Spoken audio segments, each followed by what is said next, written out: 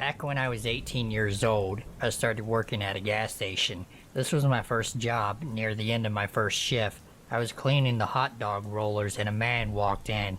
He was rough looking, not in a bad way, but looked like he had been working outside all day.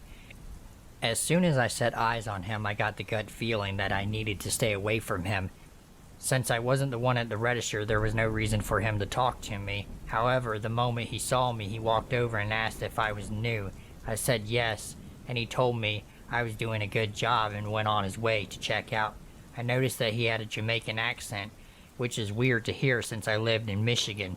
Honestly, at that point, I thought that my gut was wrong about him, that I probably felt that way because I have bad social anxiety and had reached my limit of human interaction for the day. I was right the first time. During my next shift, he once again came in, and again I was cleaning. He came over to me, and I still got the bad feeling in my gut. He asked me how my day was, and I told him that it was okay. Then he looked at my hand. I was wearing my high school class ring. I like to wear my class ring on my left hand ring finger because I don't want to scuff it up while cleaning with my right hand. He asked me if I was married. I said no and told him it was my class ring. He then asked if I was dating, and I lied and said yes. He started asking me questions about my boyfriend, like how old he was, did I want to marry him, and if we were in a physical relationship.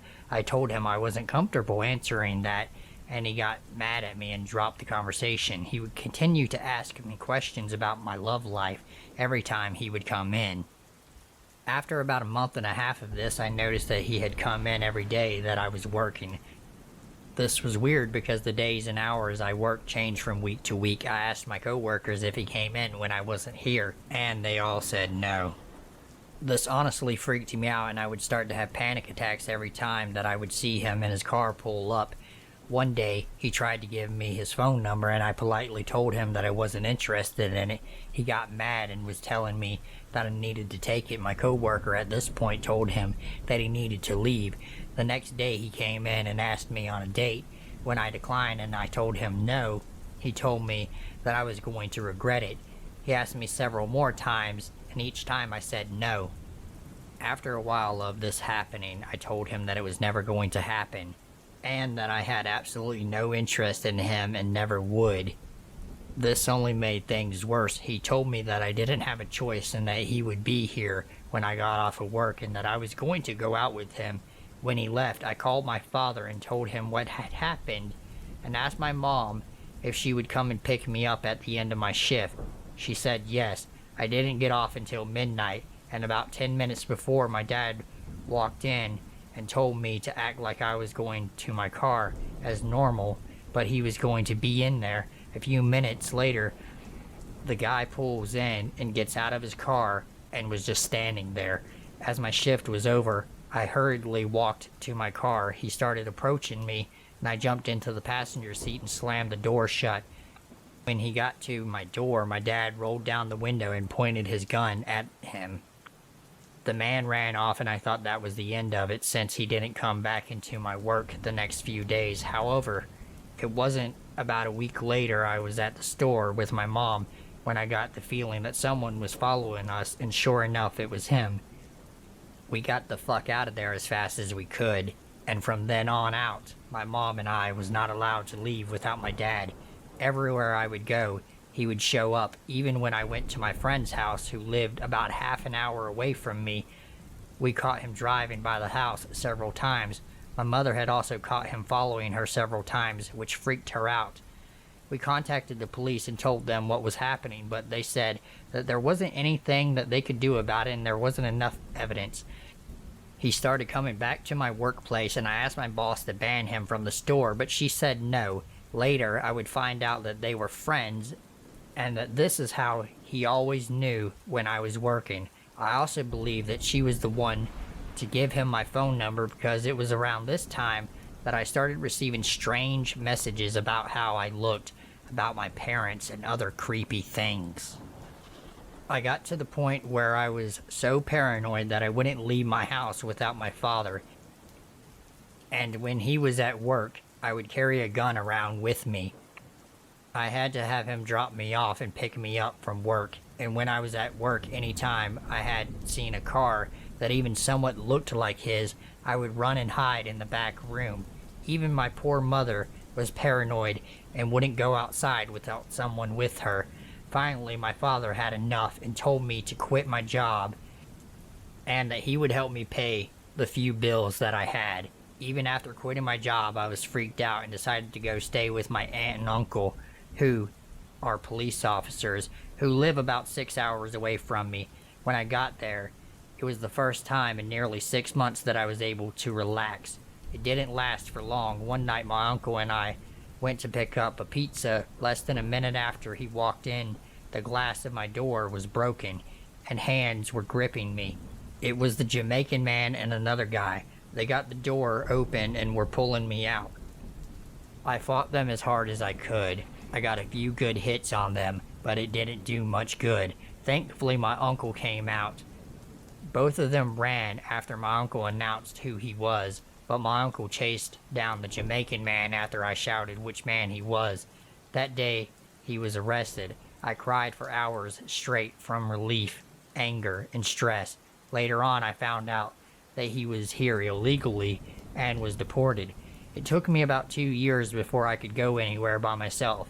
Honestly, it wasn't until I got my CPL that I was comfortable going places without someone with me. I still get panic attacks from time to time because of seeing a car like his and if I feel like someone is watching me. So, Jamaican man, if you're reading this, please back off.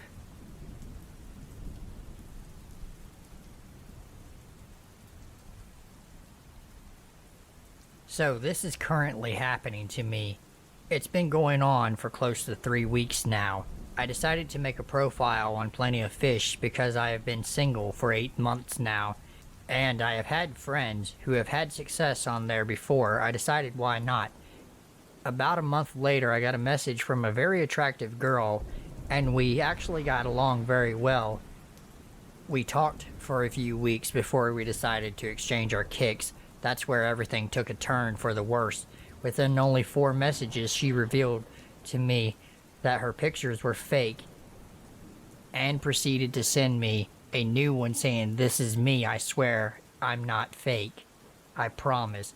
The picture was of a girl I knew, looked too good to be true, so being a huge fan of the show Catfish, I decided to reverse image search the picture. Sure enough, I found the real girl. I told her about what I had found, so she did it again. Send a new picture, reverse image searched it, same thing, not her. At this point I got fed up and told her to never talk to me again. She became extremely angry. She started calling me every name in the book, telling me she's a stripper and would pleasure me any time I wanted, and that I lost out. I started getting messages from new accounts on both Plenty of Fish and Kick, all claiming to be her friend or someone who works with her. They all talked the same way she did, and I just knew deep down they were all her. The friends started sending me messages threatening me, saying, "I know where you live. Her dad will beat the shit out of you." And the one that made my heart drop was, "I know you live in Penneridge. That's my neighborhood." It went on every single day. I would get up to 30 kicks a day from her, never replying. I got sick of it, so I made my Instagram private, deleted Facebook, took down my profile, and made a new kick.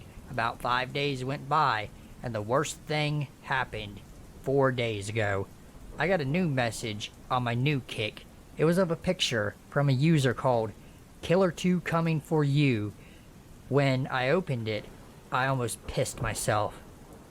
It was my house from across the street. I could see the window from my room with the light on. I called the cops, and long story short, they told me that they can't do anything because she hasn't physically harmed me yet. Thanks, police. I've been sleeping with a knife under my pillow ever since. Thank God she hasn't done anything yet. But today, just a few hours ago, I got a new message on Kick from a friend of hers. I know it's her.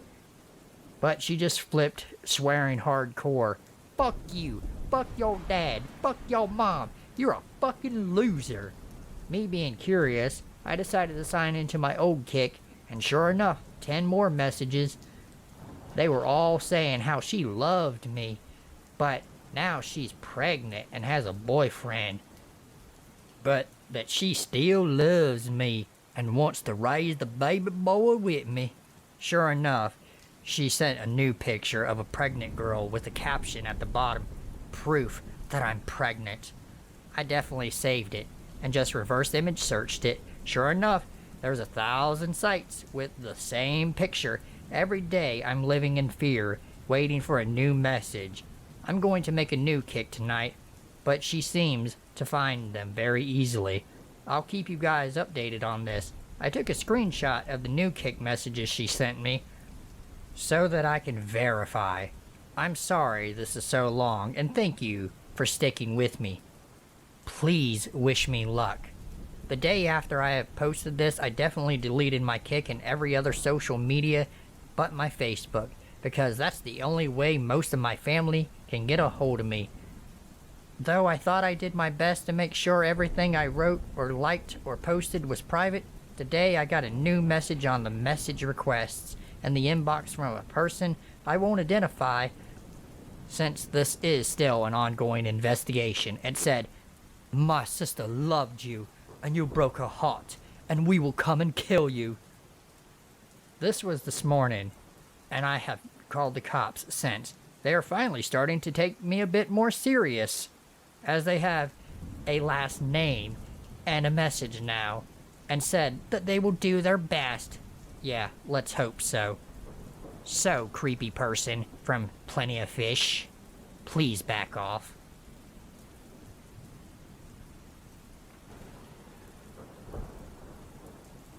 I recently had a very scary encounter, more like terrifying encounter. For some backstory, I live in a small apartment complex right outside my campus with some friends. I am also a 20-year-old girl. So all of my friends were always bashing on me for never meeting up with any boys or going out with them. I had gotten sick of it. I didn't want to be the little friend who stayed home and ate pizza while my friends were out on dates with boys. So I signed up for Plenty of Fish. Now, I'm not the type of person who would say yes to any random stranger. They had to be nice looking. They had to have plenty of photos of themselves.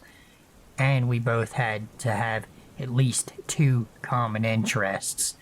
So with those rules in my head, I psyched myself up to join the world of online dating.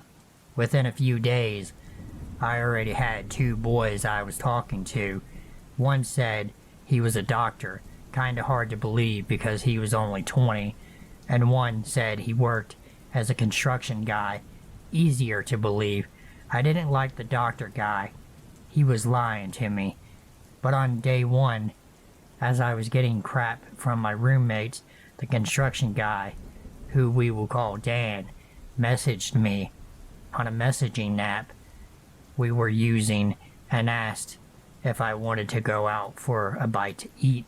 I told my roommates where I was going and who I was with, you know, all the things someone should do so someone knows if you are being abducted.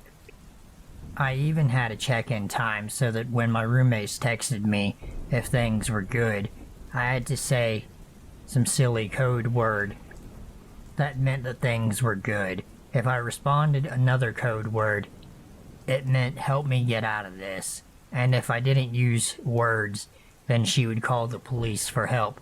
So I quickly dolled myself up and got ready for my date. I put my hair in a classy bun, leaving strips of it hanging down around my glasses. I put on a nice white blouse and some black pants, and I was ready to go. I jumped in my car and headed out to the restaurant where Dan had chosen. It was just out of town and only 15 minutes drive from my apartment. Arrived at the restaurant and saw him almost immediately. He was wearing nice clothes and he looked like his photos. He was waiting just outside the restaurant doors for me. His eyes lit up when they saw me. He walked over to me and smiled. We chatted a little bit outside, since it was summer and not cold, and then walked inside. We ate dinner and talked about our life and things like how school was going. I got the text from my friend, but since everything was all good, I sent the code word back. Dan talked about how much he liked his job and things, and all together.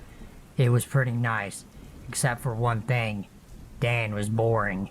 He didn't do anything exciting or really talk enthusiastic about anything, and it was boring.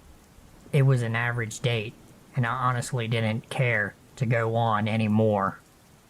The next day, I woke up to the feeling of my phone vibrating nonstop. I looked at it and realized it was vibrating so much that it had fallen off of my dresser. I almost laughed. And then I saw that all of the messages were from Dan. At first, they were all saying how much fun he had had and that he would really like to go out again. But then the messages took a turn. They got violent and angry that I wasn't responding. It was even in the fucking morning. I was sleeping. I noped out of that situation. I texted him back and said I had been sleeping, and that no, I was not going on any more dates with him. I was just about to block his profile on both sites when I got a final message. Watch your back, bitch.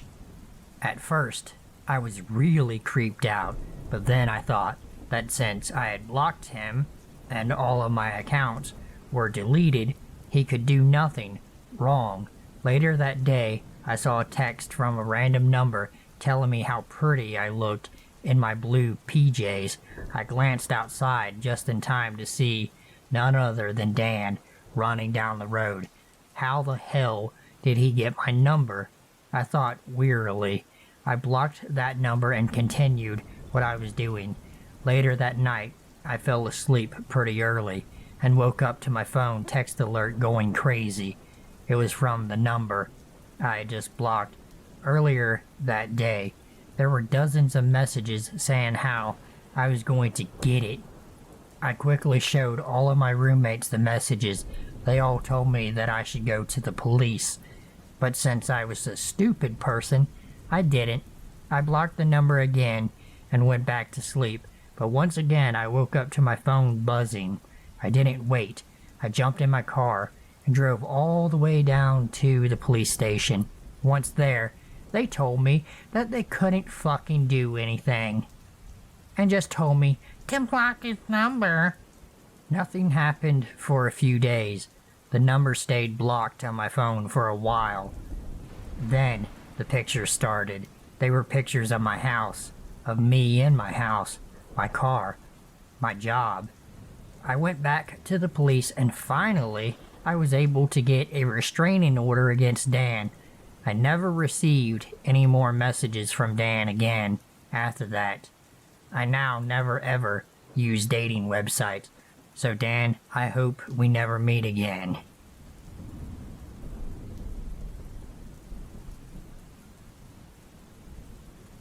I met a guy, Brady, on Tinder. He seemed really nice, funny. He was white British, Asian British mixed. It's relevant later. His family was quite well off, and a little showy, which kinda turned me off. I was doing my master's when we met, and he was unemployed, living at home. He made comments that my master's was just in biology. I don't think he liked that I was doing well. He also did a lot of things that I hadn't that could be considered posh, like skiing holidays, fencing, etc., and expressed some disappointment that I wasn't into that.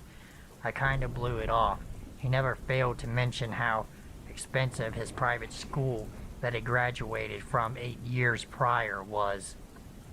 Also, he was convinced that my closest friend, who he had never met, was racist because he was half white. She was British Asian. I was like, what on earth? You don't know her. She's never mentioned anything like that.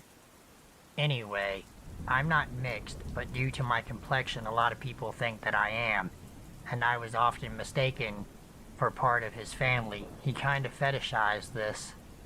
Again, it didn't seem like a big deal, so then I ignored it. Apart from all of this, it was going pretty well for about a year. He got a job in the military, so then we began to do long distance. I needed to find a job, and it wasn't looking good. I needed a visa to stay. This did put a lot of pressure on the relationship. Eventually, I did get a job. I went to visit him at his military base. Something told me, "Girl, you need to snoop." I did. He was on all of the dating sites and was calling me his ex. Said things like I read a lot, am obsessed with animals, nerdy, and that I can't ski. Apparently a deal breaker. All the things I thought he liked about me, but he did not. Left his ass. He tried to get me back, but kinda was like, well, you're an immigrant, which is why he cheated, and left it. Fast forward 11 months. Not a word from Brad. Although I have heard from the grapevine that he had a new girlfriend, it was hard for me getting over him, as I felt bitter that I had stayed in this country for him, but I'm dating someone new. Brad finds out, loses his damn mind. He rings me so much that my phone dies in an hour or two from all the vibrating. Threats interspersed with begging for me back in letters, phone calls, emails, even e-cards. I found out he's been reading all my mail, that he's got my home address and my work address. He sends gifts. He must have gotten his brother to bring back this crisp type I loved from South Africa. There was about 10 packets, and one was open. In it was a USB named Blackmail with nudes of me and a video that was of him crying for an hour and a half. Boxes of sweets. Sent a bundle of clothes, including underwear. None of this was mine. He made A1 collages from puppy pictures in magazines, the kind of thing I made when I was 8. I've had about 100 written letters or cards. He'd called the guy I was dating, and you can imagine what he said. She's a slag. She's not a virgin, etc. He contacts my mom saying the same thing. I think he'd like the idea that I was a conservative Asian. I'm an Asian, but we aren't a conservative family, and that I'd be disowned. Mom ignored him. He threatens to come to my house, sends a picture of train tickets to where I live. I'm now scared to stay at home, despite my 4 housemates and I are terrified. When his grandma died, I sent a sympathy card to his mom. This was like only a month into the stalking, and I felt bad. At the time, I thought he would get over it. I did like his parents and his nana. He made out like I'd kill his nan because he said he was busy calling me instead of being with her when she passed. He said that he failed military school because of me, and that he would contact my grad school and get me fired from my PhD. He sent the same threatening letters and pleading cards to my office. Many of them said how he'd get me deported. I was a nobody, and he was a British citizen, as if it was like a Nobel Prize, and he had ruined my future. I was there legally. He was obsessed with the idea that I wouldn't get back with him because of his race, and that I wanted a purebred because I liked golden retrievers. He said I was a racist, and that it would come back to haunt me, and I would have no future. None of this was true. I didn't want to be with him, but that was because he was a cheater. I thought he was a racist or weirdly obsessed with my race, and he was harassing the life out of me. I'd done nothing wrong, but I was still terrified. It was back in my parents' home country. This is the kind of thing that could get you fired. I went to London with my dad and family. My sister's boyfriend's sister put up a picture of us on Instagram. She wasn't private. 3 minutes later, Brad had seen it and made a new account to message me saying I'm coming there. So now he's watching my sister's boyfriend's sister, who wasn't close enough to have blocked him. She probably didn't know that this was even happening at the time. Every time I blocked a number or account, he got a new one. I didn't do anything for 6 months. I felt so guilty. I felt bad for his parents, worried he would lose his job, and was scared of him. I felt bad to worry my parents. This was their biggest fear. I'm 10,000 miles away and some crackhead is after me. Eventually I started bawling in front of everyone at work. When yet another letter arrived, I was too scared to go anywhere. I was terrified of unknown numbers. My supervisor marched me to the police. I told them everything, and they said, "You have 3 options. A, we do something about it now, but in courts it can take over a year and you'll probably have to see him. B, we call and give him an off-the-books warning. Or C, we don't do shit." I told them to let me think about it for 2 days. I'd tried before to call his parents before, but he always managed to intercept. I found out his dad had gotten a new job through LinkedIn after previously working from home. I called him at the office and told him everything. Well, his parents had thought that all this time we were still together and that I didn't like them anymore, hence why I hadn't come to see them. I said, if there's anything else, I will go back to the police. His dad apologized profusely and said, obviously, I don't want you to go to the police, but I understand and will do my best with Brad. I didn't hear from him for about a year, then sporadically heard emails from him asking for some personal details, probably under the guise that they were needed for his job. You have to disclose X's, and he probably had to explain what happened since I did go to the police. I replied to some but not others. I have communicated probably about 3 times over the last 4 years. Very brief, bare minimum. If the military really did need those details, they could call me themselves. Fast forward. It's now 4 years later, and I'm on holiday with my current partner at my mom's place in my mom's home country. Christmas Day arrives, and there's a beautiful painting of my sister and I from my favorite photo of us, delivered by DHL to my mom's address. It's amazing, and arrived on Christmas Day.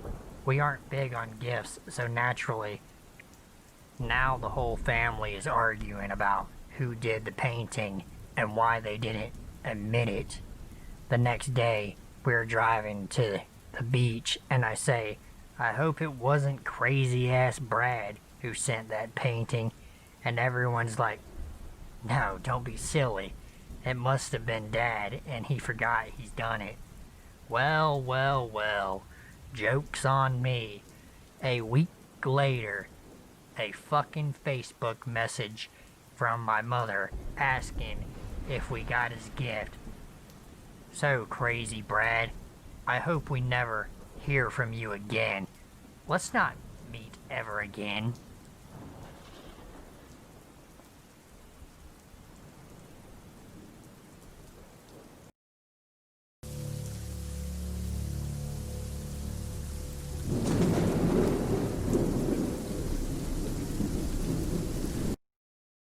If you're new, go ahead and hit the like button and subscribe to my channel, as it really helps me out. And if you are already subscribed, welcome back and thank you for subscribing.